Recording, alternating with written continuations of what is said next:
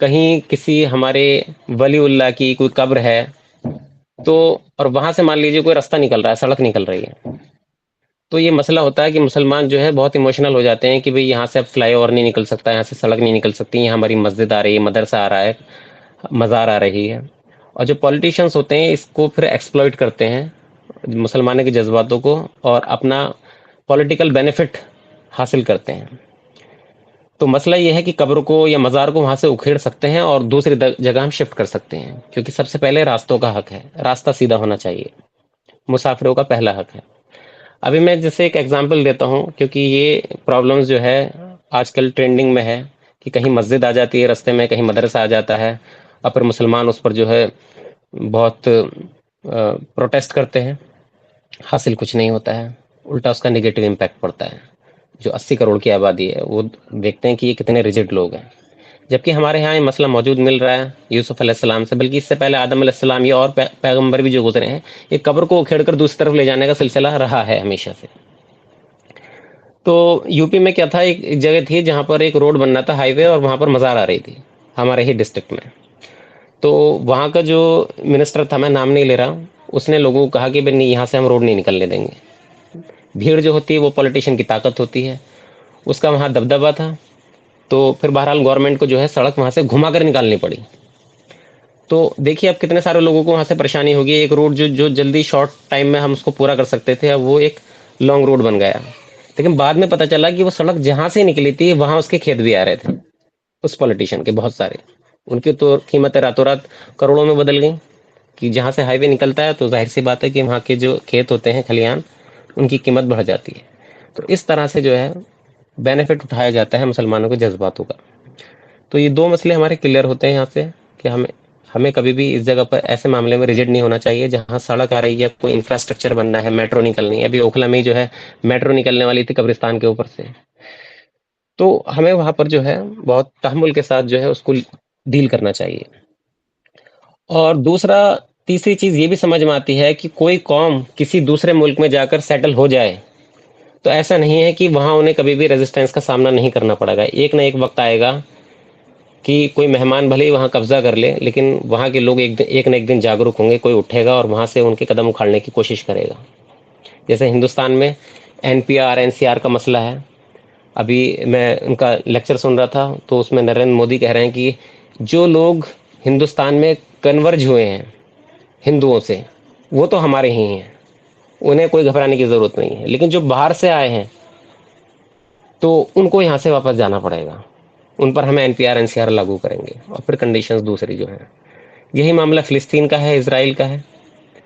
تو یہی چیز وہاں پر تھی کہ یہ جو ہے یعقوب علیہ السلام کی جو قوم تھی اسرائیل، یہ وہاں سیٹل تو ہو گئے، لیکن ایک وقت آیا دھیرے دھیرے کہ وہاں کے جو ایجپشین لوگ تھے ان کے اندر ایک ریفارمیشن شروع ہوا، اور انہوں نے پھر مہم چلانی شروع کی ہوئی. ان میں ایک لیڈر کھڑا ہوا، اور ادھر یہ جو تھے اسرائیلی، یہ آرام طلبی کے شکار ہو گئے تھے. تو انہوں نے ریزسٹنس بھی نہیں کیا، نہ ہی اویئرنیس پھیلائی، اور ادھر وہ جو تھے وہ ایک نئی قوم کی طرح اٹھ رہے تھے، اور دھیرے دھیرے انہوں نے انہیں کیپچر کر کے غلام بنا لیا. اور 400 سال تک انہیں غلام بنا کے رکھا فرعونیوں نے. ان کا آخری بادشاہ جو تھا، سب سے طاقتور تھا موسیٰ علیہ السلام کے ٹائم میں، وہ تھا رمیسس سیکنڈ. اب یہاں ایک غور طلب نقطہ یہ بھی ہے کہ کیا وجہ ہے کہ ایک نبی کی قوم، نبی کے اہل و عیال بعد میں جا کر غلام بن جاتے ہیں. تو یہاں پر جو ہسٹری کا فلسفہ ہے، جس کو ہم نے پہلے بھی ڈسکس کیا تھا، ٹوائنبی کا اور ابن خلدون کا، وہ یہ ہے کہ جس طرح سے انسانوں پر جوانی اور پھر بڑھاپا آتا ہے، اسی طرح قوموں پر، مہموں پر، کارپوریشنز پر، جماعتوں پر جوانی اور بڑھاپا آتا ہے. تو وہ جوانی کا دور تھا یوسف علیہ السلام والا، اس کے بعد تک وہ جوانی اپنی میچورٹی تک لیول تک پہنچی. لیکن دھیرے دھیرے پھر اس میں جو نئی قوم پیدا ہوئی، انہوں نے سونے کا چمچ میں کھیر کھائی، چاندی کے چمچ میں کھانا کھایا.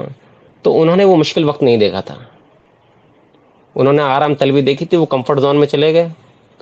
اور یہ ہے کہ جو مشکل وقت ہوتا ہے وہ تو مضبوط لوگوں کو پیدا کرتا ہے، اور جو کمفرٹ زون ہوتا ہے وہ کمزور لوگوں کو پیدا کرتا ہے.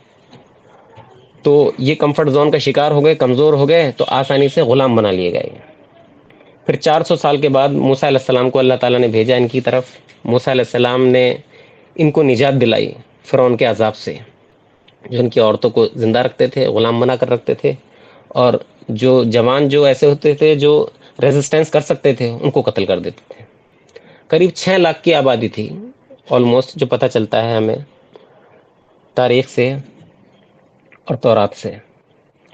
موسیٰ علیہ السلام نے انہیں نجات دلائی اور سمندر پار کرا کے انہیں دوسری جگہ لے گئے۔ وہاں پھر اللہ تعالیٰ نے موسیٰ علیہ السلام کو شریعت دی۔ اب یہاں ایک نئی قوم کا جنم ہو رہا ہے۔ پھر بہت ساری آزمائشیں ان کے ساتھ آئیں۔ اللہ تعالیٰ نے ان کو منہ سلوا دیا کھانے کے لیے، دھوپ ہوئی تو ان کے اوپر بادل کے جو سائبان تھے وہ کر دیے، پانی پیاس لگی تو موسیٰ علیہ السلام نے پتھر میں اپنا عصا مارا تو 12 چشمے پھوٹ پڑے۔ 12 قبیلے تھے یہ، تو 12 چشمے پھوٹ پڑے۔ تو بہترین کا وقت گزر رہا تھا۔ اس کے ساتھ ان کے اندر کچھ اخلاقی برائیاں جو تھیں، کیونکہ غلامی میں رہے تھے، وہ ان کے ساتھ تھیں، جیسے بزدلی، نافرمانی، یہ ساری برائیاں ان کے اندر تھیں۔ لیکن اللہ کو معلوم تھا کہ یہ 400 سال غلامی میں رہے ہیں، 10 نسلیں، اگر 40 سال کی ایک نسل مانے تو 10 نسلیں ان کی غلام رہی ہیں، تو اللہ نے انہیں چانسز زیادہ دیے۔ جیسے ایک غلام مان لو آپ رکھو، ٹریننگ پر ہوتا ہے تو آپ اس کو زیادہ پریشان نہیں کرتے ہو، اسے آپ کو پتا ہے کہ یہ ٹریننگ پر ہے تو آپ اس کی غلطیوں کو معاف کرتے ہوئے چلتے ہو۔ تو وہی معاملہ تھا کہ ان کی ٹریننگ ہو رہی تھی، یہ غلامی سے نکل کر آئے تھے، اس لیے اللہ تعالیٰ نے انہیں بار بار معاف کیا، بار بار معاف کیا۔ لیکن یہ تھے کہ یہ سیکھنے کا نام ہی نہیں لے رہے تھے۔ جب موسیٰ علیہ السلام نے کہا کہ آؤ وہ ہم فلسطین چلتے ہیں اور وہاں جا کر جنگ کرتے ہیں، کیونکہ اللہ کا حکم ہوا ہے کہ وہاں ایک قوم ہے جو مشرک ہے، کافر ہے، ہمیں ان سے لڑنا ہے اور اپنا فلسطین، ارض فلسطین، اس پر ہمارا حق ہے، اسے واپس لینا ہے۔ تو یہ اتنی بزدلی کے شکار تھے کہ انہوں نے کہا کہ تم اور تمہارا رب جاؤ اور لڑو، ہم یہاں بیٹھے ہوئے ہیں۔ موسیٰ ہم تو وہاں جب تک نہیں جائیں گے جب تک وہاں جو قوم ہے اس کا دبدبہ ہے، ہاں اگر وہ قوم ہٹ جائے تو پھر ہم چلے جائیں گے۔ ان میں کچھ ایمان والے لوگ تھے، انہوں نے کہا کہ آپ ہمت کرو اور اے میری قوم چلو ساتھ، اللہ تعالیٰ ہمارے ساتھ ہے۔ لیکن یہ لوگ نہیں مانے۔ تو یہ ان کا پورا سینیریو ہے۔ یہ آلموسٹ سبھی لوگ، مجھے امید ہے کہ موسیٰ علیہ السلام کی سٹوری ہم نے بچپن سے سنی ہے۔ اب ہم آج جو غور و فکر کریں گے وہ ایک ٹرم پر کریں گے، سلیوری، غلامی، کیونکہ یہ 400 سال تک غلامی میں رہے، غلامی کے اثرات آزادی کے بعد بھی ان کے اندر موجود رہے۔ تو آج اگر ہم ریلیٹ کریں تو آج بھی مسلمان کہیں نہ کہیں ایک ذہنی غلامی کا شکار ہے۔ وہ فزیکل کیپچر تھے، ایک فزیکل غلامی میں تھے، اور وہاں سے آزادی کے بعد ذہنی غلامی کے شکار بھی رہے کافی ٹائم تک، جب تک داؤد علیہ السلام نے فلسطین کے اندر اپنی حکومت قائم نہیں کی۔ آج جو مسلمان ہیں وہ فزیکلی بھلے غلام نہیں ہیں، لیکن ذہنی غلام ہوتے چلے جا رہے ہیں۔ تو آئیے ہم اس مسئلے پر غور و فکر کرتے ہیں اور دیکھتے ہیں کہ ہم اس غلامی میں کس حد تک جا چکے ہیں اور کس طرح سے ہمیں اس سے نجات مل سکتی ہے۔ سب سے پہلے غلامی کا مطلب سمجھتے ہیں۔ غلامی کا مطلب ہوتا ہے عبادت۔ عربی میں اگر قرآن میں اس ٹرم کو ہم تلاش کریں تو عبادت ملتا ہے۔ اللہ تعالیٰ فرماتے ہیں وَمَا خَلَقْتُ الْجِنَّ وَالْإِنسَ إِلَّا لِيَعْبُدُونَ، کہ میں نے جنات اور انسان کو پیدا ہی اس لیے کیا ہے کہ وہ میری غلامی کریں، عبادت کریں۔ اب دیکھیے، جو کریٹر ہوتا ہے وہ کوئی بھی مخلوق پیدا کرے، کوئی بھی چیز بنائے، وہ آبویسلی اس کی غلامی ہی ہوگی۔ تو یہاں اللہ تعالیٰ نے ایک اسپیشل ٹیگ کیوں دیا؟ فرشتے اللہ نے بنائے، وہ اللہ کی عبادت کرتے ہیں۔ اللہ نے دوسری مخلوقات بنائی زمین آسمان میں، پتھر ہے یا زمین آسمان کے درمیان میں جتنے بھی کریچرز ہیں وہ سب اللہ کی تسبیح کرتے ہیں، اللہ قرآن میں فرماتا ہے اللہ کی عبادت کرتے ہیں۔ تو انسان اور جنات میں کیا اسپیشل ہے؟ اسپیشل یہ ہے کہ اللہ تعالیٰ نے ان تمام مخلوقات کو تو پیدا ہی غلامی کے طور پر کیا ہے، ان کے اندر آپشن ہی نہیں رکھا، فری چوائس ہی نہیں رکھی۔ لیکن انسان اور جنات کے اندر اللہ تعالیٰ نے آزادی رکھی ہے، کیونکہ اللہ تعالیٰ فرماتا ہے کہ میں نے انسانوں کو پیدا کیا ہے اپنی فطرت پر، آدم کو میں نے اپنی فطرت پر پیدا کیا ہے، اور اللہ ہے آزاد۔ تو آدم کے اندر بھی فطرت میں وہی چیز اللہ نے آزادی رکھی ہے۔ اب اللہ کو دیکھنا یہ تھا، امتحان یہ تھا کہ میں نے جس کو آزاد بنایا ہے وہ اپنی آزادی کو چھوڑ کر کیا میرا غلام بنتا ہے یا نہیں بنتا ہے۔ تو پہلا موقع یہ جناتوں کو دیا گیا۔ تو جنات میں ابلیس نے انڈیویجول لیول پر تو اللہ کی غلامی کی، لیکن وہ نظام قائم نہیں کر سکے، غلامی کا نظام، اس میں وہ ناکام ہو گیا۔ تو پھر اللہ نے کہا انی جاعل فی الارض خلیفہ، کہ میں زمین پر جو ہے ایک بشر کو خلیفہ بنانے والا ہوں۔ تو یہ موقع اب انسان کو ملا ہے کہ وہ اللہ کی غلامی کرے، اللہ کی عبادت کرے. لیکن شیطان کیونکہ اس کے اندر حسد پیدا ہو گیا، بغض پیدا ہو گیا، تو اس نے سوچ لیا کہ اے میرے رب، میں ان کے آگے سے بھی آؤں گا، پیچھے سے بھی آؤں گا، دائیں سے بھی اور بائیں سے بھی آؤں گا، یہاں تک کہ میں انہیں، تو ان کو پائے گا نا شکرا، تو ان کو اپنا غلام نہیں پائے گا، ان کے اندر بھی تو وہی سرکشی پائے گا، اور یہ تیرا جو سسٹم ہے غلامی کا اس کو قائم نہیں کر پائیں گے. تو شیطان جب سے جو ہے اس جد و جہد میں لگ گیا، اور اس نے کہا کہ میں اللہ کی غلامی سے انہیں طاغوت کی غلامی پر لے کر آؤں گا. اس لیے قرآن میں ایک ٹرم یوز ہوتا ہے عبد الطاغوت، کہ جو لوگ اللہ کے احکام کے علاوہ فیصلہ کرتے ہیں طاغوت سے اور لوگوں سے، غیر اللہ سے، تو وہ عبد الطاغوت ہیں، طاغوت کے غلام ہیں. وہ اللہ کا جو مقصد ہے اس کو فلفل نہیں کرتے. اسی طرح ایک اسلامک فقہ میں ایک ٹرم یوز ہوتا ہے اندھی تقلید، کہ مسلمان جو ہے وہ بلائنڈلی فالو کر رہا ہے اپنے علماء کو، فقہا کو، آباء و اجداد کو. یہ چیز قرآن میں بھی ملتی ہے کہ اللہ تعالیٰ فرماتا ہے یہودی نصارہ سے کہ ان سے کہو کہ یہ کیوں بے حیائی کے کام کرتے ہیں، تو انہوں نے کہا کہ ہم نے اپنے آباء و اجداد کو اسی راستے پر پایا، لہٰذا ہم ان کی پیروی کریں گے. تو اللہ نے کہا کہ بھلے وہ گمراہ ہوں. یہاں ریزننگ کو اللہ تعالیٰ نے ان کو ہٹ کرنے کی کوشش کی کہ ریزننگ لگاؤ، کہ اندھی تقلید جو ہے یہ بھی انسان کو ذہنی غلام بناتی ہے. اور آج مسلمان جو ہے وہ اندھی تقلید کا شکار ہے. تو یہ دو ٹرمز تھے، عبد الطاغوت اور اندھی تقلید. عبد الطاغوت ریلیٹڈ ہے سسٹم سے، کہ آج مسلمان جو ہے وہ اللہ کا جو نظام ہے اس کو فالو نہیں کر رہے. جہاں 97% بھی مسلمس ہیں دنیا میں، ایسے ایسے ملک ہیں، وہاں پر بھی جو ہے نظام جو چل رہا ہے وہ عبد الطاغوت کا چل رہا ہے. اور جہاں پر مان لیجیے مسلمانوں کی اتنی تعداد ہی نہیں ہے، کوئی حکومت ہی نہیں ہے، انڈیا، بنگلہ دیش اور دوسرے ملک، وہاں پر جو ہے سسٹم تو نہیں لا سکتے، لیکن وہاں پر تقلیدی نظام وہاں پر چل رہا ہے، اندھی تقلید چل رہی ہے، فرقہ واریت چل رہی ہے، ہر فرقہ اپنے میں مگن ہے. تو ان دو بیماریوں کا مسلمان جو ہے، عرب کا مسلمان عبد الطاغوت میں، اور یہ ایشیا کا جو ادھر کا جو مسلمان ہے انڈیا پاکستان کا، یہ اندھی تقلید میں گرفتار ہے. یہ دو بیماری میں نے یہاں ہائی لائٹ کی ہیں. اب آگے بڑھتے ہیں، اس کو اور اچھے سے سمجھتے ہیں. اس کے ٹائپس کیا ہوتے ہیں سلیوری کے؟ غلامی دو طرح کی ہوتی ہے. ایک فورسڈ سلیوری، جس میں کوئی طاقت کے بل پہ آپ کو کسی پنجرے میں قید کر لے، کسی جگہ کیپچر کر لے، جیسے ہٹلر نے کیا تھا. اور ایک ہوتی ہے سائیکولوجیکل سلیوری، ہم اس کو ڈسکس کر چکے ہیں آلریڈی. تو ہم یہاں بات کر رہے ہیں سائیکولوجیکل سلیوری کی، کیونکہ یہ ہم سے زیادہ ریلیٹ ہوتی ہے. اب اس میں ہوتا کیا ہے کہ اس میں یہ اگر آپ کو کسی کی سائیکولوجیکلی کسی کو اپنا غلام بنانا ہے، تو دو چیزیں ہیں جو قرآن میں آئی ہیں، حزن اور خوف. یعنی اگر سامنے والوں کو آپ کسی ڈپریشن کا شکار کر دو، اس کے اندر گلٹ پیدا کر دو، تو کہیں نہ کہیں اس کی سائیکولوجی بری طرح امپیکٹ ہوگی. جس کا آدمی کے اندر بچپن سے گلٹ ہے، ڈپریشن کی بھاونا ہے اس کے اندر، تو اس پر حکومت کرنا آسان ہوگا. دوسرا فیئر، اس کے اندر فیئر ڈال دو. وہ بہت سارے فیئر ہو سکتے ہیں، پیسہ نہ ہونے کا فیئر ہو سکتا ہے، یا پکڑے جانے کا فیئر ہو سکتا ہے، موت کا ڈر ہو سکتا ہے.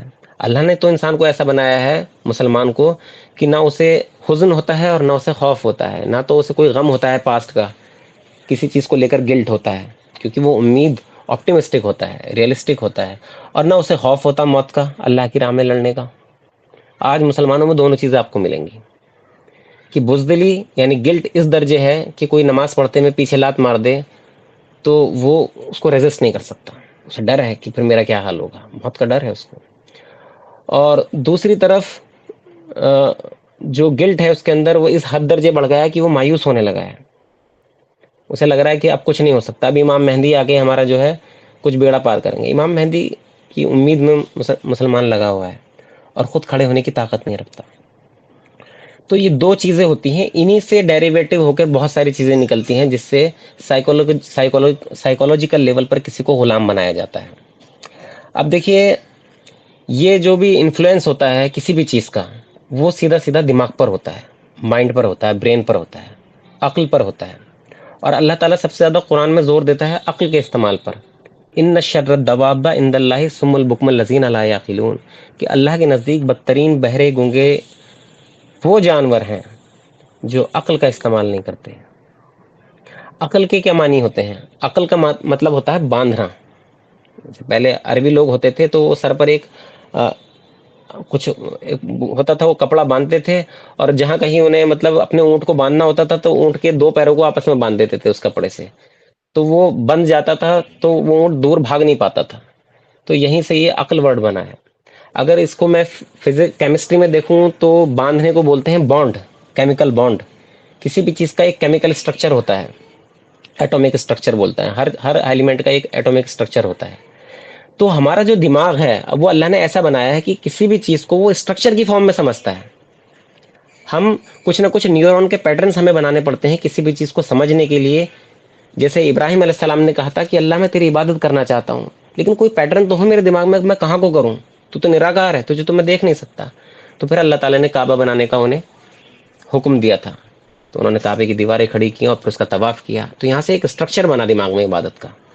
تو یہ اسٹرکچر اگر مان لیجیے آپ کا پیورلی صحیح طریقے سے بنتا ہے، قرآن کریم کی روشنی میں بنتا ہے، اچھی طرح سے پرورش میں، جب بچہ بڑا ہوتا ہے تو نیورون پیٹرنز اس کے اندر ڈیولپ ہو رہے ہوتے ہیں، تو وہ اگر صحیح طرح سے بنتا ہے تو وہ اسٹرکچر اتنا مضبوط ہوتا ہے کہ کوئی اس کو غلام نہیں بنا سکتا پھر.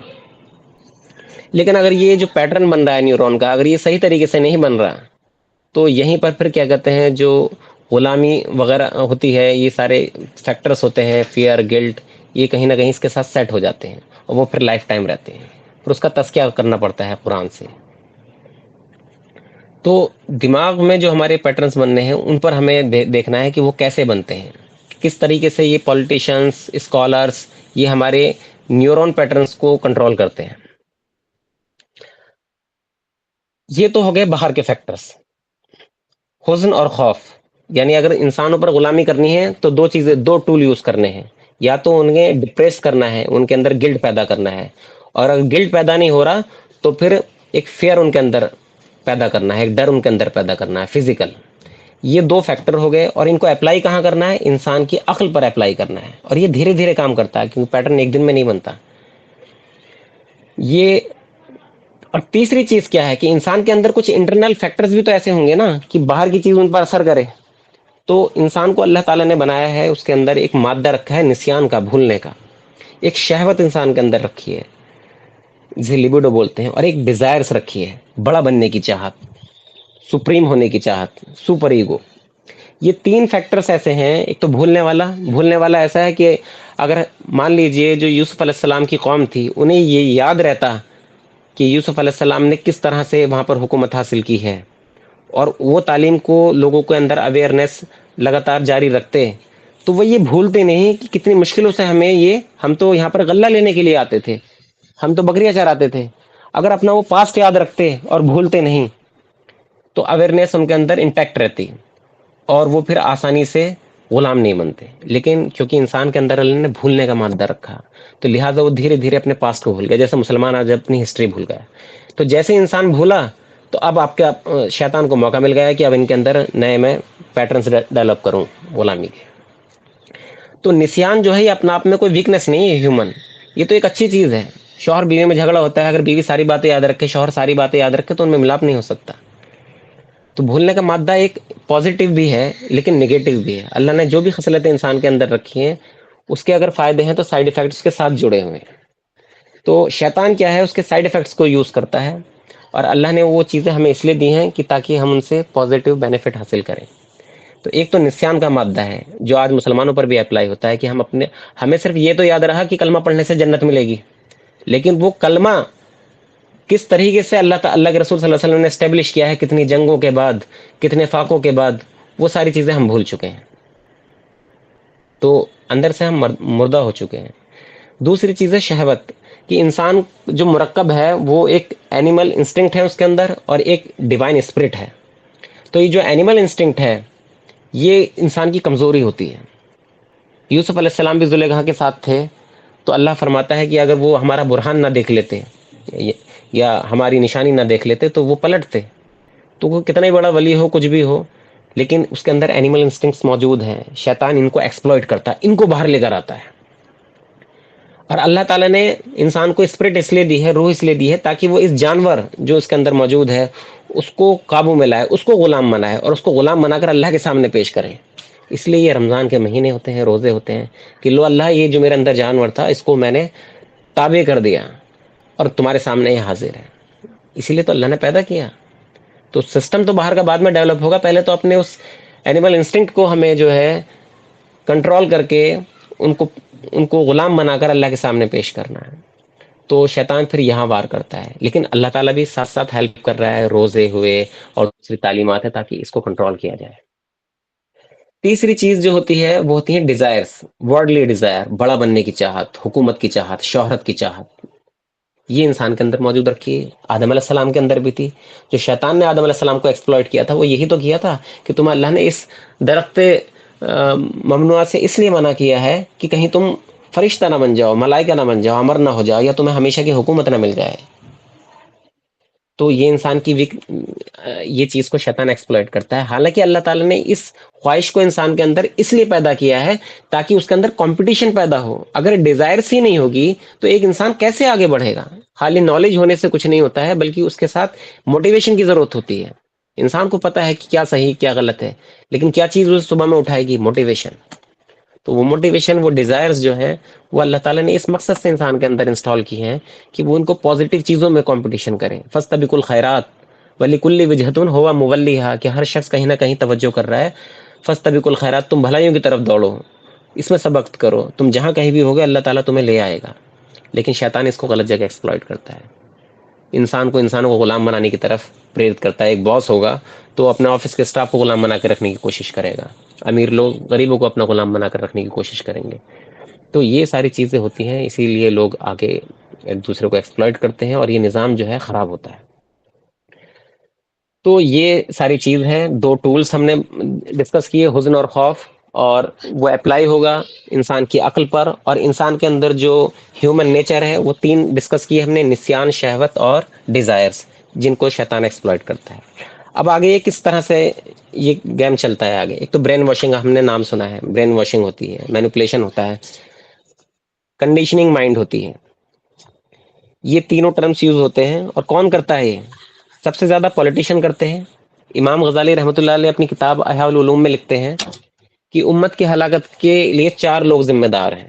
نمبر ایک پر حکمران، اگر دوسرا ٹرم یوز کریں اس کے لیے ریلیونٹ تو وہ پولیٹیشنز، مسلمانوں کے نیتا ہیں، پولیٹیشنز ہیں. انڈیا میں اپلائی کر کے دیکھو، یا آپ پہلے موسیٰ علیہ السلام کی سٹوری میں دیکھو. سامری ان کا لیڈر بن گیا تھا موسیٰ علیہ السلام کے پیچھے، اور اس نے کہا تھا کہ دیکھو تمہارے پاس ڈھیر سارا سونا ہے فرعونیوں کا، کیونکہ یہ امانت دار بھی تھے، ان کے اندر کچھ اچھی خصلتیں بھی تھی کیونکہ نبی کی آل میں سے تھے نا. تو فرعونیوں کا جو سونا ہوتا تھا، فرعونی ٹیکس بچانے کے لیے جو لوگ ہوتے تھے وہ ان کے پاس سونا جمع کرتے تھے تاکہ فرعون ٹیکس نہ لگائے ان کے اوپر. تو یہ امانت دار تھے، یہ اس میں کوئی گڑبڑی نہیں کرتے تھے. تو جب یہ آئے تو بہت سارا سونا ان کے ساتھ تھا. تو سامری نے کہا کہ یہ تو تمہارے لیے حلال نہیں ہے سونا، لہٰذا بولے اب کیا کریں؟ بولے فرعونی کے پاس تو ہم جا نہیں سکتے. اب دیکھو یہاں وہ کنڈیشننگ کر رہا ہے مائنڈ کی، مینیپولیٹ کر رہا ہے. لہٰذا اس کو سب آگ میں پھینکو، یہ تمہارے لیے حلال نہیں ہے. اور ارے موسیٰ تو وہاں گئے ہیں خدا کو دیکھنے، ہم موسیٰ کا خدا تو یہاں موجود ہے. انہوں نے وہاں ایک بچڑا بنا دیا ہے، اور پھر اس میں موسیٰ علیہ السلام کے جو قدم کے نیچے کی مٹی تھی وہ اس میں بھسم ڈالی اس کے اندر آگ میں، اور اس میں سے پھر ایک آواز ہوتی تھی. تب سامری نے یہ والی بات کہی کہ موسیٰ خدا کو ڈھونڈنے ادھر گئے، موسیٰ تو یہاں بیٹھے، موسیٰ کا خدا تو یہاں پر ہے. ادھر موسیٰ علیہ السلام سے اللہ تعالیٰ نے 10 دن اور ایکسٹینڈ کر لیے کیونکہ اللہ کو بھی آزمائش لینی تھی. تو ادھر سامری کو پورا پورا موقع مل گیا. تو وہاں وہ لیڈر تھا، اس نے مینیپولیٹ کیا. آج مسلمانوں کے بہت سارے لیڈرز ہیں کہ یو پی کے اندر الیکشن ہو رہا ہے، ایک بھی سیٹ آئے گی نہیں ہے، اور آگے مسلمانوں کے مسیحا بن کر 15 منٹ کی بات کہہ دی حیدرآباد میں بیٹھ کر، یہاں یو پی میں مسلمانوں کو برداشت کرنی پڑ رہی ہے. آپ کے پاس 10 سیٹوں میں سے ایک بھی سیٹ نہیں آتی ہے اور ووٹ مسلمانوں کی کٹ جاتے ہیں. آپ پھر دلی میں آتے ہو، دلی میں اگر 2 سیٹوں پر لڑتے ہو، ایک سیٹ ہروا دیتے ہو اور ایک سیٹ میں ووٹنگ کم کر دیتے ہو، اور مسلمان کی نہیں ہے، ہمارے مسیحا ہیں کیونکہ ہمارے مطلب کی بات کرتے ہیں. یہ مینیپولیشنس ہو رہا ہے. وہ مخلص ہو سکتا ہے لیکن اس کو خود کو نہیں معلوم کہ وہ مسلمانوں کو نقصان پہنچا رہا ہے، کوئی بھی نیتا ہو. تو یہ پولیٹیشین یہ کام کرتے ہیں. پھر مسجدوں میں خطبوں میں یہ کام ہوتے ہیں، مندروں میں یہ کام شروع سے ہوتے ہوئے آئے ہیں. اسکولس کی جو پڑھائی ہمیں پڑھائی جاتی ہے کہ بچہ اگر وکالت کی پڑھائی کر رہا ہے، انجینئرنگ، ڈاکٹری کی، تو اپنا آپ کو ایسے فیل کرتا ہے کہ میں بن گیا گویا کی. سائنس اسٹریم لے کر اسے لگتا ہے کہ وہ سائنٹسٹ بن گیا ہے، لیکن بعد میں جب وہ دھکے کھاتا ہے تو اسے پتہ چلتا ہے کہ میں تو کسی غلط فہمی کا شکار تھا، یہ تو ابھی اور بہت سروائیول کرنا پڑے گا یہاں پر۔ تو وہ اسکول میں تو کیونکہ انہیں فیس لینی ہے 12 سال 8 سال 4 سال، تو وہاں تو وہ ماحول بنا کے رکھتے ہیں، ڈاکٹر انجینئر وکیل والا، وہ اپنا وہ ڈریس دے دیتے ہیں ان کو، تو یہ کہیں نہ کہیں، اور وہ نہ بزنس سکھاتے ہیں، کچھ بھی نہیں سکھاتے، کیونکہ جو مارکیٹ میں جو چیزیں ہیں وہ تو بندہ بعد میں آ کر سیکھتا ہے، وہاں بس ان کا ٹائم جو ہے تھوڑا بہت وہ سیکھتے ہیں، باقی ان کے ٹائم کو ایکسٹینڈ کیا جاتا ہے، بڑھایا جاتا ہے۔ پھر مدرسے میں یہ معاملہ ہے، مدرسے کے بچے کو یہ پڑھا دیتے ہیں کہ تم تو حافظ بن کر 10 کو جنت میں لے کر جاؤ گے، عالم بن کر 100 کو جنت میں لے کر جاؤ گے۔ ایک مدرسے کا بچہ ایک بار مجھے بس میں مل گیا، تو میں نے اس سے پھر بات کرنی شروع کی، اس کو سمجھا، اس کو جانا، تو مجھے پتا چلا کہ اس نے مجھے بتایا کہ ہمارے یہاں سائنس اور ٹیکنالوجی اور یہ کمپیوٹر انگلش یہ ساری پڑھائیاں شروع ہوئی تھیں، پھر پتہ نہیں کیا ہوا وہ اچانک سے بند ہو گئی۔ تو میں نے اس سے کہا کہ آپ چاہتے ہو کہ دوبارہ سے اسٹارٹ ہو؟ بولے ہاں میں چاہتا ہوں۔ تو میں نے مطلب اس سے بات کی کہ آپ مجھے بتاؤ کتنے لڑکے ہو آپ، ہم آن لائن ٹیچر تمہارے لیے کریں گے ہائر۔ لیکن اسے پھر ایسا محسوس ہوا کہ میں تو مدرسے سے فارغ ہوں، کہ ایک مجھے کالج یونیورسٹی والے لوگ کیسے مجھے مطلب کچھ بتا سکتے ہیں، سمجھا سکتے ہیں۔ پتہ نہیں کیا ہوا، اس نے کہا مجھ سے کہ قرآن کی آیت کا مجھ سے وہ ڈسکشن کرنے لگا کہ اس میں جو قرآن کی آیت ہے اس کا یہ مطلب ہے، یہ مطلب ہے، اور مجھے اتنی مایوسی ہوئی، کیونکہ اس نے یہ کہا کہ مطلب اس کے دماغ میں سبھی کچھ وہی بھرا ہوا تھا کہ عالم بن کر 100 کو جنت میں لے کر جائیں گے، حافظ بننا بہت بڑی چیز ہے۔ کیونکہ میں نے کچھ مسلمانوں کا آئینہ اس کو دکھا دیا تھا کہ دیکھو آج ہم مسلمانوں کی کیا حالت ہو رکھی ہے، ہمیں یہ بھی نہیں پتا، ہمیں یہ بھی نہیں پتا، ہمیں یہ بھی نالج نہیں ہے، ہمیں تو سائنس پڑھنی چاہیے۔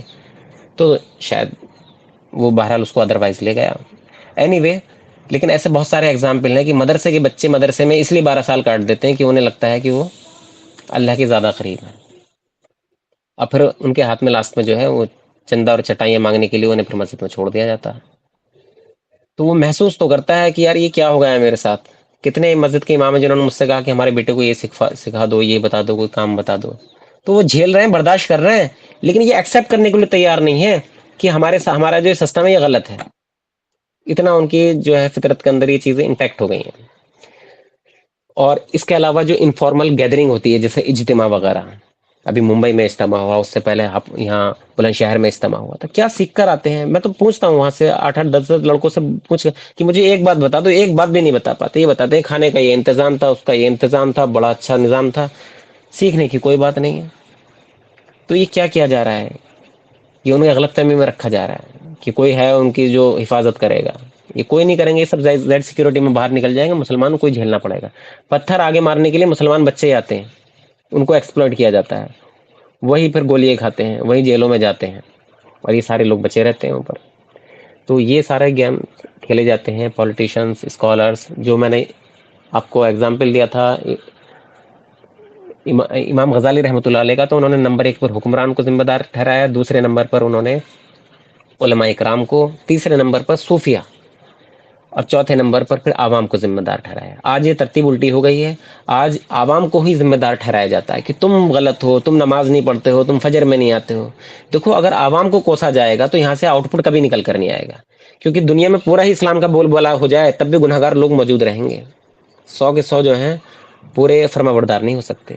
تو عوام میں برائیاں موجود رہیں گی بھلے اسلامی نظام قائم ہو جائے۔ تو عوام کو اگر آپ کوسو گے، پیٹو گے، تو وہاں سے رزلٹ کیا آئے گا؟ لیکن کیونکہ عوام کی تعداد تو بہت ہے، لیکن ایک امام کو پکڑو گے، اس کی غلطیوں کو پکڑو گے، یہ اویئرنیس عوام کے اندر ہوگی کہ مسجد کے امام سے کھڑے ہو کر پوچھ لے، جو حضرت عمر سے پوچھا تھا کہ یہ تم نے کہاں سے سلوایا کرتا، تو یہ عوام کے اندر یہ اویئرنیس ہوگی تو وہ امام بدل سکتا ہے، کیونکہ وہ ایک ہے۔ پولیٹیشین بدل سکتے ہیں۔ تو یہ ترتیب الٹی ہو گئی ہے۔ ایک مثال دی جاتی ہے گاؤں میں کہ ہم نے جو بیل کو جو ہے وہ بگی کے پیچھے باندھ دیا ہے، آگے باندھنا ہے ہمیں۔ اچھا، اس کے آگے ہے پھر ایلیوژن اور کنفیوژن۔ اگر کسی کو آپ ایلیوژن میں مبتلا کر دو، کنفیوژن میں مبتلا کر دو، پھر اس کے ساتھ آپ جو چاہے کر سکتے ہو۔ جو اسپریچول لیڈرز ہوتے ہیں وہ جب بندہ کوئی پریشان ہے، ہاسپٹل میں علاج کرا لیے، فلاں جگہ علاج کرا لیے، کامیابی نہیں مل رہی ہے، سکسیس نہیں مل رہی، پریشان ہے، تو پھر یہ جو ہے اس کو مبتلا کرتے ہیں کہ بھئی کسی کی بزرگ کی تم نے بے عزتی کر دی ہے، اور تمہیں یہ ورد کرو وہ کرو، اس کو کنفیوز کر دیتے ہیں. میرا ایک بھائی تھا، ابھی اس کا یہاں ایک ہاسپٹل میں ہر طرح کا اس کا ٹیسٹ ہو گیا، بون میرو تک کا. انہوں نے ڈاکٹرس نے یہ بول دیا اس کو کہ آپ کے اندر کوئی بھی پرابلم نہیں ہے میڈیکلی، آپ ٹھیک ہو. اس کا دل گھبراتا ہے، پھر بہت زیادہ اس کی حالت خراب ہو جاتی ہے. لاکھوں روپیہ خرچ کرنے کے بعد یہ ڈاکٹر نے بتایا کہ آپ کے اندر کوئی پرابلم نہیں ہے، ہم نے ہر طرح کا ٹیسٹ کرا لیا، ہم یہ لکھ کر دے رہے ہیں. اب وہ گھر پر آ گئے.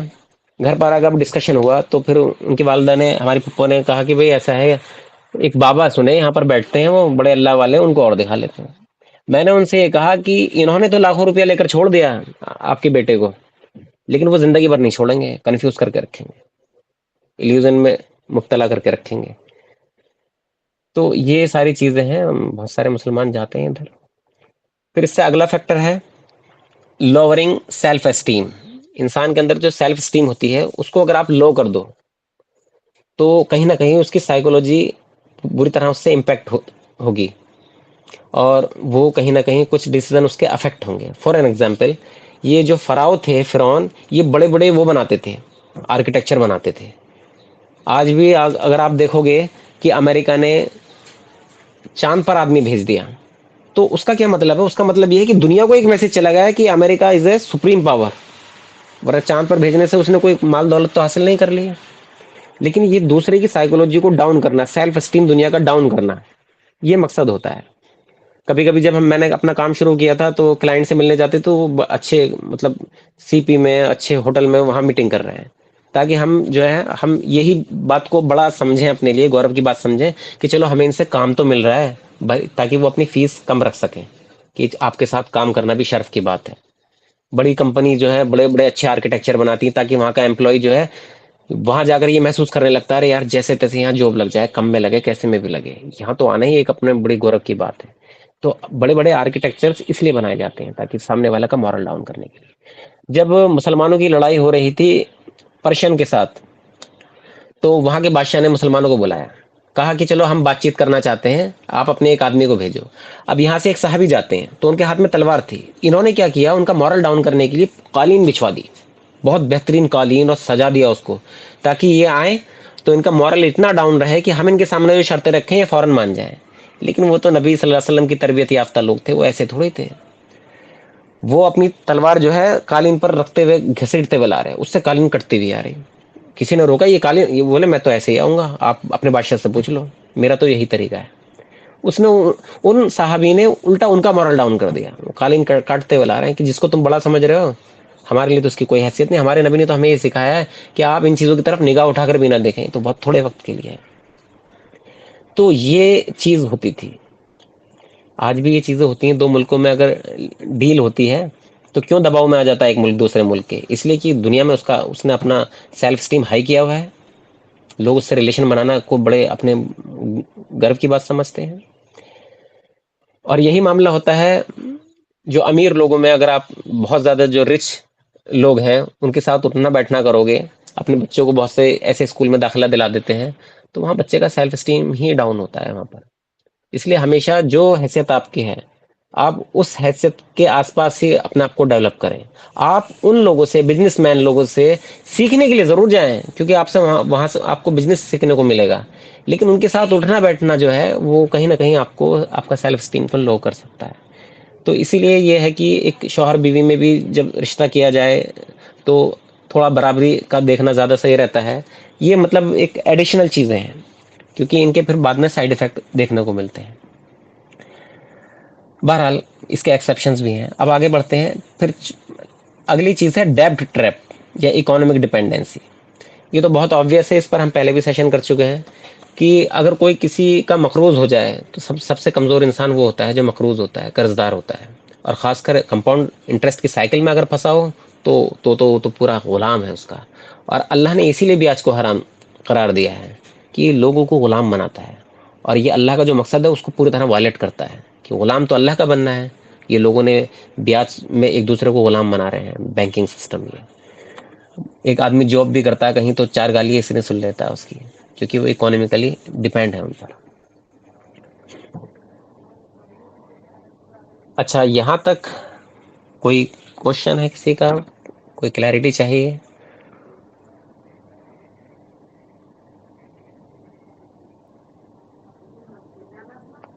ثانیہ. everything is clear already. ایک چیز جو ہمیں ہسٹری میں آلریڈی ملتی ہے کہ امپائرز جو تھی وہ ہمیشہ کنٹرول کرتی ہے لوگوں کے اوپر کہ وہ کیسا سوچتے ہیں دنیا کے بارے میں، ان کی سوچ کو سیپ کرنا چاہتی ہے according them. How do they think. And بالکل بالکل. یا ہاؤ ڈو دے تھنک، اور اسی سوچ کے اکارڈنگ وہ ورک کرتے ہیں. جیسے کہ مان لے کہ پہلے جو یہ کرتے ہیں نا سائیکولوجی سلیو بناتے ہیں لوگوں کو، وہ ایسے نہیں بناتے کہ وہ ملٹری کے گن کے تھرو یا توپ کے تھرو یا کسی چیز کے تھرو ان کو کسی ویپنس کے تھرو جو ہے ان کو بنانا، ایسا بالکل نہیں ہے. یہ ورژن تو انہوں نے آلریڈی اپڈیٹڈ کر دیا تھا. اگر ہم ہسٹری میں دیکھیں تو پہلے ٹیکسس لیے جاتے تھے فورس کے تھرو، ملٹری فورس کے تھرو، بٹ یہ ساری اپڈیٹڈ ہو چکی ہیں آلریڈی. کون اتنا پیسہ لگائے گا؟ So they have started to use the other weapons. اس کو ویپن سے بولیں گے جیسے کہ لائک دیٹ ان کو بم یا اور یہ گنس کی ضرورت نہیں ہے، تلوار وغیرہ کی ضرورت نہیں. They need only entertainment, sports, culture, concerts like that. بہت سارے امپائرز جو یہ کیے ہیں، جیسے Roman did this, all empires did this. تو بس وہی کرتے ہیں کہ لوگ پھنسے رہیں گے اور ان کو کیسے کاٹا جا رہا ہے ان کی گردن کو وہ دیکھ ہی نہ سکیں. بالکل بالکل. This is the biggest weapon for them. Force slavery جو پہلے یوز ہوتی تھی نا، اس میں انہوں نے دیکھا کہ اس میں ہوتا کیا ہے کہ بھئی ہمارے بھی لوگ مارے جاتے ہیں، تو پھر انہوں نے اس کو اپڈیٹ کیا. حالانکہ ملٹری وہ رکھتے ہیں ابھی بھی تیار، لیکن وہ بیک اپ میں رکھتے ہیں.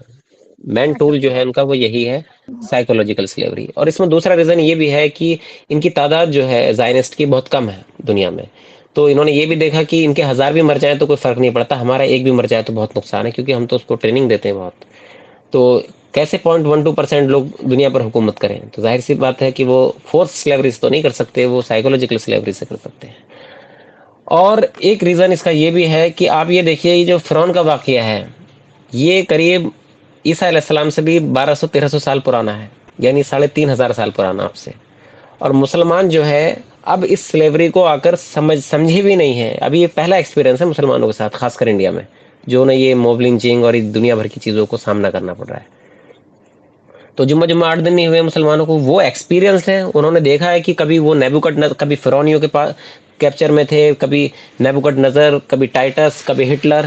تو وہ وقت کے اتنے تھپیڑے کھا چکے ہیں کہ وہ تو پوری طرح سے ٹرینڈ ہو چکے ہیں. ہم ابھی ٹرینڈ نہیں ہوئے ہیں. ہمارے لیے اللہ نے قرآن اتارا ہے.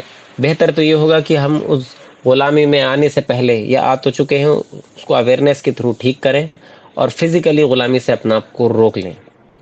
اب یہاں جو اگلا پوائنٹ ہے میرا وہ یہ ہے کہ if forced slavery is not resisted initially, اگر کوئی فورسڈ سلیوری کر رہا ہے آپ کے ساتھ، آپ کو طاقت کے بل پر غلام بنانے کی کوشش کر رہا ہے، تو آپ کو انسٹنٹ ریئیکشن دینا ہے، انسٹنٹ ریزسٹنس شروع کرنا ہے. تو آپ اس کو کنٹرول کر سکتے ہو. جیسا بابری مسجد کا کیس تھا، اس کو ہٹا دینا بعد میں سے، تو اس میں کیا تھا کہ مسلمانوں نے ریزسٹنس تو کیا، اس لیے وہ کئی سال کھینچ گئے اس میں، لیکن لاسٹ میں آگے جو ہے کہیں نہ کہیں سائیکولوجیکل لیول پر مسلمانوں نے یہ مان لیا تھا کہ چلو یار اس مسئلے کو ختم کرو، انہیں دے کر ایک طرف کرو. مسلمان سائیکولوجیکل لیول پر ہارنے لگا تھا. تو دیکھو اس کے بعد تو پھر دوسری مسجد کا سلسلہ ہو گیا، اب تیسری مسجد کا، اب ہر مسجد کے نیچے مندر کھوجے جا رہے ہیں. اگر شروع میں ہی ہم مضبوط بنے رہتے تو یہاں کی نوبت ہی نہیں آتی. تو شروع میں ہی جو ہے اس کو ریزسٹ کرنا چاہیے. لیکن کریں گے کیسے؟ جب اویئرنیس ہو تبھی کریں گے نا. جب بات سمجھ میں نہیں آ رہی کہ ہو کیا رہا ہے ہمارے ساتھ، ایجوکیشن سے ہم دور ہیں، تو کیسے اس چیز کو ہم ریئلائز کریں گے کہ ہمارے ساتھ کیا ہونے والا ہے. تو دھیرے دھیرے یہ جو فورس سلیوری ہوتی ہے یہ دھیرے دھیرے سائیکولوجیکل سلیوری میں بھی کنورٹ ہو جاتی ہے. جیسے فرعونیوں نے شروع میں انہیں غلام بنایا، لیکن بعد میں ذہنن بھی ان کو اپنا غلام بنا لیا تھا، کہ ان کے اندر بزدلی، کاہلی، یہ ساری برائیاں تھیں جو بعد تک موسیٰ علیہ السلام جن کا تزکیہ کرتے رہے، ان کا علاج کرتے رہے، یہ اس لیے ان کے اندر موجود تھی کیونکہ وہ 400 سال غلامی میں رہے تھے. دوسری طرف اگر آج ہندوستان کے مسلمانوں کو دیکھا جائے تو وہ فزیکل کیپچرڈ نہیں ہے، لیکن سائیکولوجیکل ذہنی غلام بن رہے ہیں. خالی مسلمان نہیں بلکہ نان مسلمز بھی. ہم یہاں صرف مسلمز کی بات کر رہے ہیں، اس لیے میں وہ ٹرم یوز کر رہا ہوں کہ دھیرے دھیرے وہ ہو رہے ہیں. اب انہوں نے اگر مسلمانوں نے شروع میں ہی اپنے آپ کو اویئر کر لیا، سمجھ لیا کہ ہم کس کھائی میں جا رہے ہیں، تو یہ اپنے آپ کو بچا سکتے ہیں فزیکل سلیوری سے. لیکن اگر ایسے ہی ہاتھ پر ہاتھ دھرے بیٹھے رہے تو وہ ٹائم پھر دور نہیں ہے، کیونکہ وہ تو بہت تیزی سے آگے بڑھ رہے ہیں. وہ بہت تیزی سے آگے بڑھ رہا ہے اور یہاں اویئرنیس کا نام دور دور تک نہیں ہے. تو وہ وقت بھی پھر دور نہیں ہے جب مسلمان کہیں نہ کہیں اس کے اوپر یہ سینکشن لگ جائیں گے، اس کا ووٹنگ کا ادھیکار اس سے لے لیے جائیں گے یا کم کر دیے جائیں گے، تو وہ ساری چیزیں ہو جائیں گی. تو اس لیے ہمارا یہ ٹائم ہے کہ ہم اویئرنیس کو عام کریں. اور اس میں جو سب سے بڑی بدقسمتی ہماری یہ ہے کہ جو ہمارے زیادہ تر اسکالرس ہیں، بات وہیں پر آئے گی کہ وہی اویئر نہیں ہے، اور ہم ان کو آنکھ بند کر کے اندھی تقلید ان کی کر رہے ہیں، ان کو فالو اپ کر رہے ہیں. تو اس وجہ سے ان کو کریکٹ نہیں کر رہے ہیں. میں یہ نہیں کہہ رہا ان کو بالکل چھوڑ دو، لیکن انہیں کریکٹ تو کرو. آپ کریکٹ کرو گے، دوسرا کریکٹ کرے گا، وہ خود بخود کریکٹ ہو جائیں گے. وہ تو اپنا آپ کو لگتا ہے کہ انہیں اگر ملینز فالوورس ہو گئے تو جو بات ان کے منہ سے نکلے گی وہ صحیح ہے، وہ اللہ کی طرف سے. یہ انہوں نے سمجھ لیا ہے. جبکہ جتنے بھی رسول آئے ہیں انہوں نے ریولیوشنری تھاٹ لوگوں کے سامنے رکھی ہے. انہیں ریزسٹنس کا سامنا کرنا پڑا ہے. کس سے؟ بادشاہوں سے، حاکموں سے، سرداروں سے، امیروں سے. یہاں سارا سپورٹ ملتا ہے. امیر لوگ تو گفٹ دیتے ہیں ان کو، کارز دیتے ہیں، گھومنے کے لیے پیسہ دیتے ہیں. پالیٹیشینز ان کو زیڈ سیکیورٹی دیتے ہیں. ایون نان مسلم پالیٹیشین بھی ان کو زیڈ سیکیورٹی دیتے ہیں. عوام کو پھر یہ بیٹھ کر کوستے ہیں. تو یہاں تو الٹی گنگا بہہ رہی ہے. عوام کو آپ کوستے رہو، رزلٹ آئے گا نہیں، جس میں پہلے بتا چکا. تو یہ سسٹم خراب اوپر سے ہی ہے. وہ ٹیڑھا کام کرنا ہی نہیں چاہتے جس میں ان کو ریزسٹنس کا سامنا کرنا پڑے.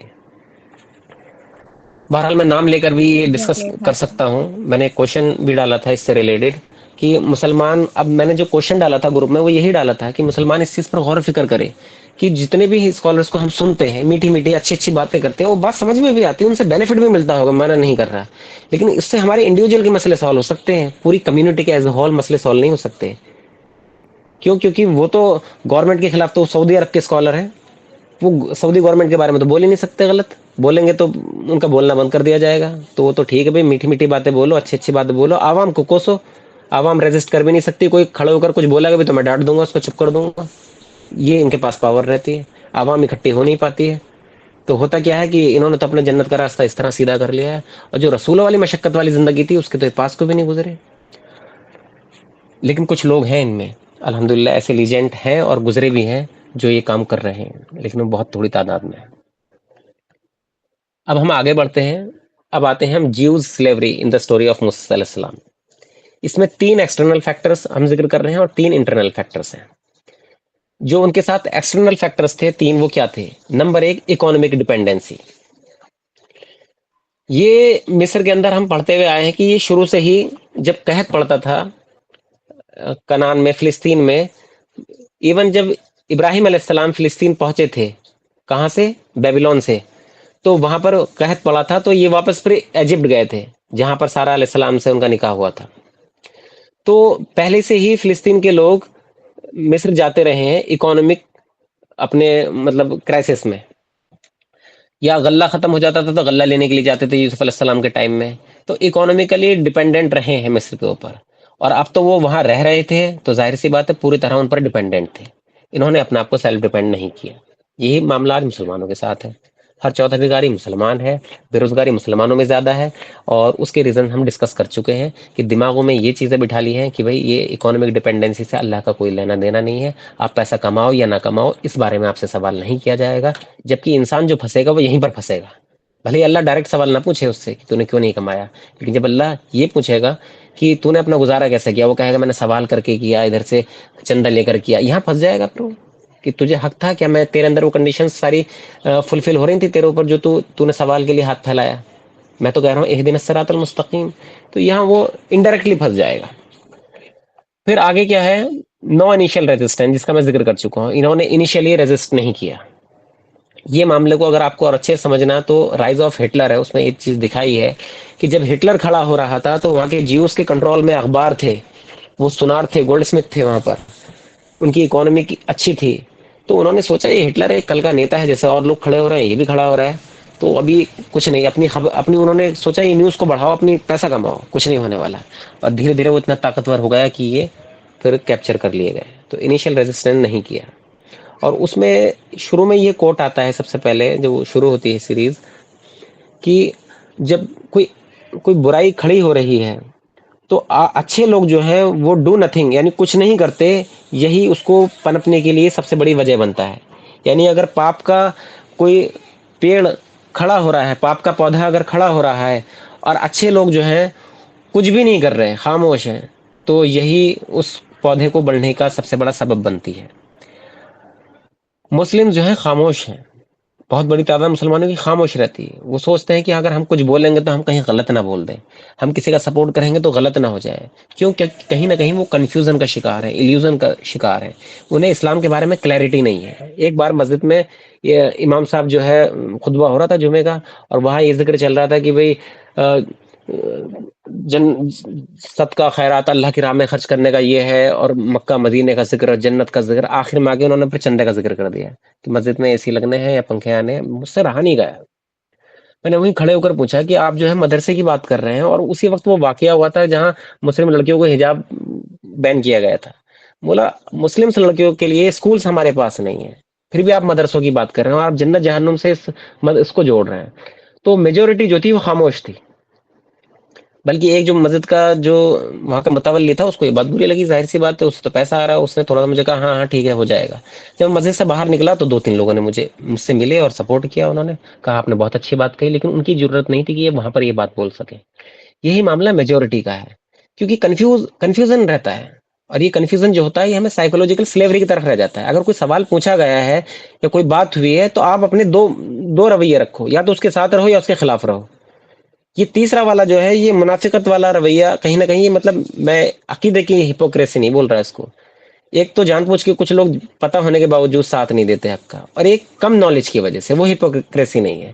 تو اگر نالج کم ہے تو آپ کے اوپر فرض بنتا ہے کہ آپ کلیئرٹی لائیں اس میں، کہ جس نے کھڑے ہو کر مخالفت کی وہ صحیح ہے یا وہ صحیح ہے. آپ کا مائنڈ میں یہ ساری چیزیں کلیئر ہونی چاہیے، کیونکہ ہو سکتا ہے کبھی وہ معاملہ پبلک میں جائے تو وہاں بھی آپ کے اوپر فرض ہو سپورٹ کرنا، اور آپ وہاں سپورٹ نہ کرو. تو پھر کیسے اللہ مان لے کہ آپ اللہ کے لیے جنگ لڑ سکتے ہو، اللہ کے لیے قربانی دے سکتے ہو؟ آپ ایک آدمی کو سپورٹ تو کر نہیں سکتے جو حق کے لیے کھڑا ہو رہا ہے. تو کم سے کم جو یہ لوہے کے چنے لے رہا ہے اس کو سپورٹ تو ملنا چاہیے. تو عوام میں اتنی جاگرکتا ہے ہی نہیں، نالج کم ہے، اس لیے وہ سپورٹ نہیں کر پاتے. تو عوام ہی کو طاقت بنانا ہے. نیکسٹ چیز ہے نو انیشیل اویئرنیس. یہ بھی آبویس وہی چیز ہے کہ اگر کوئی بھی مہم چل رہی ہے آپ کے خلاف، انڈیا میں نئے نئے سلوگن چلتے ہیں مسلمس کے خلاف، تو مسلمانوں کو بھی تو اویئرنیس پروگرام اپنے شروع کرنے چاہیے، لیکن نہیں کرتے. اور اس سے پھر ہوتا یہ ہے کہ جب شروع کے 5 سال آئے تو مسلمانوں نے اگنور کیا، 10 اگلے سال آئے کہ بھائی اب کے یہ جو سرکار ہٹ جائے گی. اب تیسری بار جو ہے اب طاقت ہی نہیں رہی اویئرنیس پھیلانے کی، اب تو مایوس ہو گئے بھائی اب تو جو ہوگا سو ہوگا. تو یہ ہوتا ہے کہ آپ شروع میں اگر ایکشن نہیں لیتے ہو تو ٹائم کے ساتھ ساتھ آپ کا جو ہے آپ کی ہمت جو ہوتی ہے وہ پست ہو جاتی ہے. انٹرنل فیکٹرز کیا ہیں؟ انٹرنل فیکٹرز کی اگر ہم بات کریں تو ہاں میں نے بتایا تھا کہ 2 ہی ٹولز ہیں. جی بہن، I think it's 2 he tools 4:30. ہیں. Okay Should wrap up now. ہم questions لے لیتے ٹھیک ہیں. ہے. کہنا چاہتا تھا ہاں already because کیونکہ ایک واسٹ ٹاپک ہے، اس کو میں روکتا ہوں. ٹھیک ہے yeah, there are so many things to discuss already. So we can't. We have also already less time. ٹھیک ہے، ہم نیکسٹ ٹائم اس کو کنٹینیو کریں گے. ابھی اس کو اینڈ کرتے ہیں، لیکن میں بتا دیتا ہوں کہ ابھی ہمیں انٹرنل فیکٹرز پہ بات کرنی تھی، پھر اس کے بعد جو کیٹیگری ہیں آف سائیکولوجیکل سلیوری کی ان پر ہمیں بات کرنی تھی، اور لاسٹ میں پھر ہمیں سولوشن پر بات کرنا تھا. یہ انشاءاللہ ہم نیکسٹ ٹائم کریں گے. ابھی ہم یہاں اس کو اینڈ کرتے ہیں اور کوشچنس لے لیتے ہیں. اس میں مجھے 2 چیز ایڈ بھی کرنی تھی. while you are saying کہ علم نہیں ہے، علم نہیں ہے، یہ بات تو صحیح ہے، علم نہیں ہے، لیکن اتنا برین واش کر دیا گیا ہے، اتنا برین واش کر دیا کہ ضروری ہی نہیں سمجھتے علم لینا. یہاں تک کہ لیڈر کو اتنا بڑا سمجھنا کہ لیڈر جو ہے کہ پہلے تو وہ کیا کرتا ہے، آپ کو اتنا یونیک بنا رہا ہے، اتنا ایڈوانس بنا رہا ہے کہ آپ سمجھتے ہو کہ you are the great, you are the great in the world like that. And پھر جو ہے وہ ایسا کہتا ہے کہ یہ پرابلم ہے ہمارے پاس، ہم ایسا کریں گے، میں ہی بچا سکتا ہوں لائک دیٹ. اور اس کے بعد سے پھر وہ اس کو ایک بھگوان کی طرح ٹریٹ کرنے لگتے ہیں. یہ موسٹلی ہوتا ہے امریکہ میں، انڈیا میں، بہت سی دیشوں میں ہوتا ہے. اور اس کے بعد سے پھر وہ کیا کرتے ہیں کہ بھلے ان کے ساتھ کچھ بھی ہو، کتنی بھی مہنگائی چل رہی، کتنا بھی ٹیکسز بھرنا پڑے، بٹ اسٹل اگر کوئی بھی ان کا جو گورنمنٹ ہے جو بھی اس ٹائم پہ چل رہا ہے، لٹرلی مطلب کہ اس کے لیے اتنے پاگل ہوئے رہتے ہیں جیسے کہ فینس اپنے یہ بالی ووڈ ایکٹر، ہالی ووڈ ایکٹرس کے لیے ہوتے ہیں. وائل اسٹڈنگ مطلب کہ 2-3 لوگوں سے تو ایسا رابطہ ہوا ہے کہ مطلب کہ وہ مودی کے بارے میں اتنی پوجا کرتے، اتنی پوجا کہتے ہیں کہ یار 1000 سلینڈر ہو جائے، 1500 ہو جائے پھر بھی دیں گے، مطلب کہ اتنا ہے۔ یہ کیا کہتے ہیں، ٹرمپ کو لے لیں، بھلے ہی امریکنس جو سٹیزنس ہیں ان پہ لونس ہیں، وہ اپنے جو ہے بیرلی وہ اپنے جو ہے الیکٹرک بلز جو ہے پے کر سکتے ہیں، لیکن ڈونلڈ ٹرمپ جو ہے اگر ریلی میں آئے تو بس یا مطلب کہ ایسے چلانے لگتے ہیں جیسے لگتا ہے کہ موویز میں ہم جیسے دیکھتے ہیں۔ اگر ہسٹری میں لیکن بھی دیکھیں، جی بولیں آگے۔ ہاں لیکن اس میں اتنا حیران ہونے والی بات نہیں ہے کہ ایک مودی کے لیے لوگ انبھکت ہو رہے ہیں، ٹرمپ کے لیے ہو رہے ہیں۔ مودی پاور میں ہے، ٹرمپ پاور میں ہے، تو اس کے لیے انبھکتی ہونا مطلب تعجب کی بات ہے، لیکن اس سے زیادہ تعجب کی بات یہ ہے کہ مسلمان انبھکت ہو رہا ہے اپنے علماء سو کا، جبکہ وہ دیکھ رہا ہے کہ مسلمانوں پر لگاتار زوال جاری ہے۔ تو مسلمانوں سے بڑا انبھکت ہمیں سمجھ میں نہیں آتا کہ بجائے یہ دیکھنے کے کہ ہم گر رہے ہیں، ڈاؤن فال پر ہیں، ہمارے اسکالرس کچھ بھی نہیں کر رہے، وہ پھر بھی انبھکتی کا شکار ہے۔ وہ تو پھر بھی کم سے کم رائز کر رہے ہیں فزیکلی، ان کی انبھکتی پھر بھی سمجھ میں آتی ہے، لیکن ان کی نہیں آتی ہے۔ جی جی ایگزیکٹلی بھائی، میں اسی کو کنیکٹ کر رہی ہوں، اور میں نے جن لوگوں سے بات کی وہ مسلمان ہی تھے، وہ ہندو نہیں تھے یا کرسچن نہیں تھے، کوئی اور ریلیجس نہیں تھا، وہ مسلمان ہی تھے، اور وہ ایسے سپورٹ کر رہے جتنا کہ اگر کوئی دوسرا ہندو نہ کرے۔ میں بہت بہت امیز تھی کہ مطلب کیا چل رہا ہے۔ اور پھر اسی ٹائم پہ مجھے مطلب کہ یہ بھی لگا، کچھ گرلس جو ہے میری ایریا میں، ان سے بات کرنے کے دوران جو پتا چلا کہ مطلب اسلام کو ایسا ٹریٹ بنا دیا گیا ہے کہ it's old thing, something old thing, اور اگر آپ کرو گے کوئی عزت کرنے والا نہیں ہے، لائک دیٹ کہ بھلے انڈیا جو ہے برٹش سے لڑ لی، اس کو بھگا دیا، لیکن ان کے جو کلچر ہے ان کو اڈاپٹ کر لیا۔ اٹس لائک دیٹ کہ if you wanna be success, so use my language. use if you use my dress, and if you wear my dress, you will be success. If you eat like me, you will be success. If you live like me, you will be success. If you pretend like me, that you will be success. ایسا سین دیکھا گیا مسلمان لڑکیوں میں trend چلنے کی جگہ، اور دے جی سے وہ اپنے منہ سے کہتی ہیں۔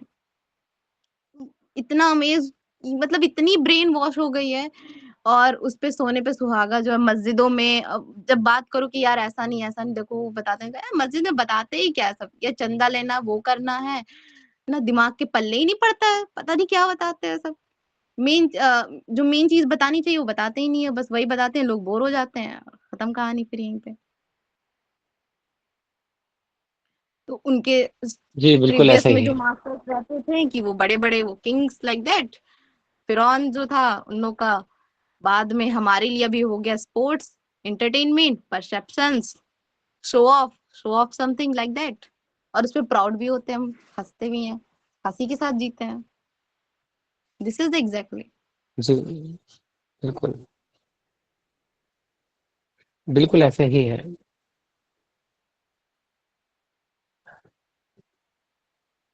بلکہ یہ اکانومک ڈپینڈنسی والا فیکٹر بھی ہے، اتنا ہے یہ کہ لوگ کریڈٹ کارڈ کی وجہ سے جو ہے کہیں نہ کہیں ذہناً غلام ہو رہے ہیں۔ ابھی میں ایک گھر میں گیا تھا جہاں مجھے پتا چلا تھا کہ ان کے سموہ ہمارے یہاں یو پی میں چلتا ہے کہ یہ لون دیتے ہیں، اور یہ خاص کر جہاں جو گھر میں لیڈیز زیادہ ہوتی ہیں نا، انہیں زیادہ لون دیتے ہیں۔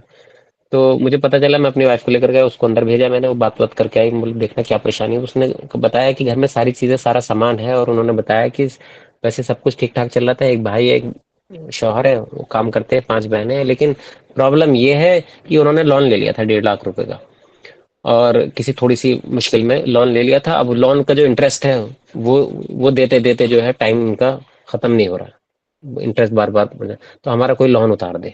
اور ایسے ہی ایک کیس میرٹھ میں ہوا کہ اس میں بعد میں جو ہے وہ جو آتے تھے، پھر وہ لڑکی ہی ان کے ساتھ چلے گئی اس گھر کی۔ تو یہ اتنا اتنا گہرے اس کے نقصان سامنے دیکھنے کو ملتے ہیں۔ یہ ٹارگیٹ کرتے ہیں، لون خود آفر کرتے ہیں، آپ لون لے لیتے ہو، اور لون لے کر اللہ کو تو دشمن آپ پہلے ہی بنا، اللہ کے تو دشمن پہلے ہی ہو جاتے ہو آپ، تو اللہ سے تو ساتھ کی امید چھوڑ دو، اور پھر ادھر جو ہے اپنے بھی دشمن ہو جاتے ہو، وہ تمہارے دشمن ہو جاتے ہیں، تو وہ لوگ گھر جاتے ہیں۔ اب ان کے پاس نماز روزے کی کوئی بھی بات کر لو، ان کی سمجھ میں نہیں آئے گی، وہ تو لون میں گھرے ہوئے ہیں، اور یہ بڑے لیول پر یہ کام ہو رہا ہے۔ تو اویئرنیس، اب مان لیجیے ان کا جا کر لون اتار بھی دیں، تو وہ تو ابھی جو سائیکالوجی ہے وہ تو ریزالو نہیں ہوا نا ان کے، انہیں تو یہ سمجھنا پڑے گا. تو یہ ساری چیزیں ہیں، تعلیم ہی جو ہے وہ بدلاؤ لا سکتی ہے، صحیح طریقے سے اپلائی کی جائے تو. Okay, is there something کوئی ڈسکس کرنا چاہتا ہے یا شیئر کرنا چاہتا ہے؟ Otherwise we will wrap up. چلو